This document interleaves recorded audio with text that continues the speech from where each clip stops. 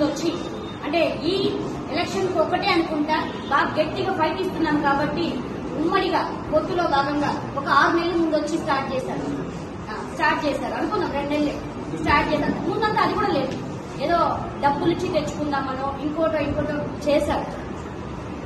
నేను ఒకటే అడుగుతానని ఇందాక అందరూ చెప్పినట్టు, ఏమి శ్రీకాళహస్తి నియోజకవర్గం 4 మండలాలు పట్టణాలు అంటే వీళ్ళందరూ ఒక ఫ్యామిలీకే ఊడి ఉంది కదా. మీరు ఇంకో సర్వే కండక్ట్ చేయండి. సర్వే ఏం పేర్లు చేస్తారు? Number 1 Bojjala Sudheer Reddy, number 2 SCV Naidu గారు, నెంబర్ 3 వినుతా కోట, నెంబర్ 4 కోలారు.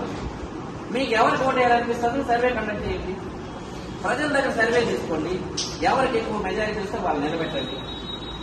నిజంగా సుధీర్ రెడ్డి గారికి రాదు, నాకు తెలిసి 10% కూడా రాదు.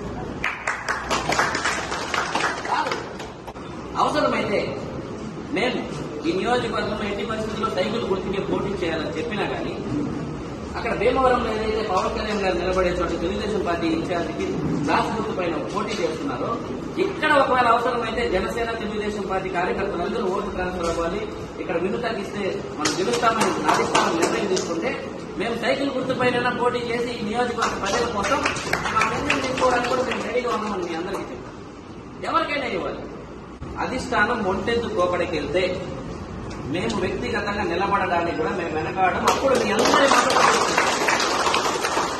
మీరు తెలుగుదేశం పార్టీ కార్యకర్తలు మీ ప్రయత్నాలు మీరు చేసి, జనసేన మేము ప్రయత్నాలు చేసి ఎప్పటికీ అధిష్టానం ఒకే ఎత్తున అంటే ప్రజల మనోభావాలను తీసుకోకుండా ఆ వ్యక్తిని మార్చుకుంటే మేమైతే ఆల్రెడీ మేము నియోజకవర్గం అంతా 2 సార్లు తిరిగాం. మేమందరికీ తెలుసు.